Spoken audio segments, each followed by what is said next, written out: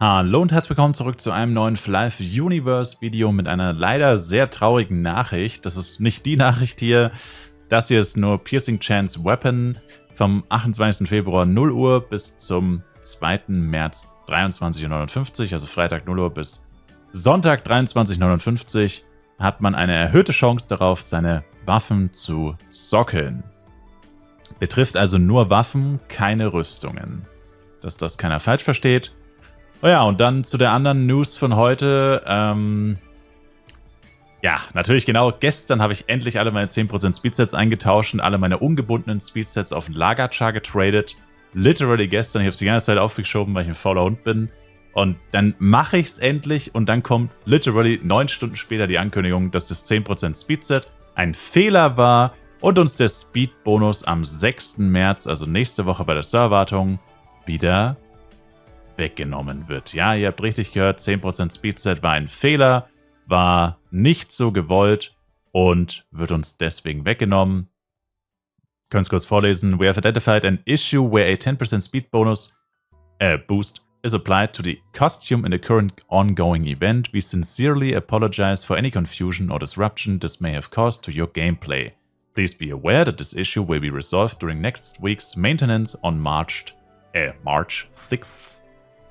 Und ja, heißt quasi, also sie sagen hier zweimal Issue, also zweimal, dass das quasi offensichtlich nicht gewollt war.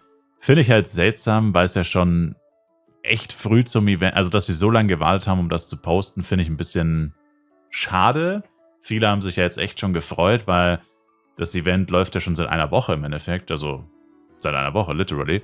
Und sowas hätte man halt auch früher posten können, weil ich meine, im Discord wurde schon sau oft gefragt, da gab es ja auch einen Moderator, der dann die ganzen Fragen auch beantwortet, oder die ganzen Fragen, die im Raum standen, ist das gewollt, ist das nicht gewollt? Man musste ja auch mindestens 5 Tage warten, bis man tatsächlich das Speedset bekommen hat und so.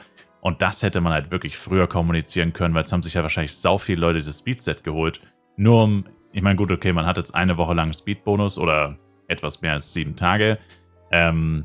Hat man diesen Speed-Bonus, aber dann wird er einem wieder weggenommen. Das heißt, die meisten Leute hätten da wahrscheinlich keine 50 Punkte für ausgegeben von dem aktuellen Event, von dem Punkteshop.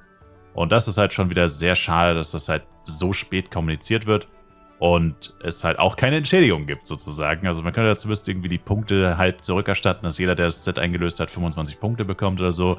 So quasi so, es tut uns leid, du hättest dir das Set wahrscheinlich niemals geholt. Hier sind 25 Punkte, dann kannst du jetzt zumindest noch ein paar andere Sachen kaufen. Oder irgendwie so.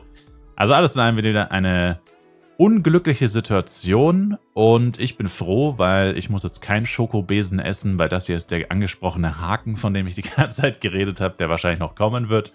Und ich habe es befürchtet, ich hatte gehofft, dass es nicht so ist, dass ich mich täusche. Wir hatten ja schon andere Szenarien, zum Beispiel neue Bonus-Effekte. Also es hätte auch sein können, dass sie jetzt planen, neue Boni rauszubringen und deswegen sind sie so großzügig und geben jedem jetzt ein 10% Speedset einfach so. Gab es verschiedene Theorien, was das alles zu bedeuten haben könnte, aber letztendlich war es einfach nur ein Fehler, war nicht gewollt und sowas muss einfach in der Zukunft vermieden werden, sowas darf nicht passieren, weil das ist schon echt ein heftiger Schlag ins Gesicht von allen Spielern und sehr, sehr schade auf jeden Fall.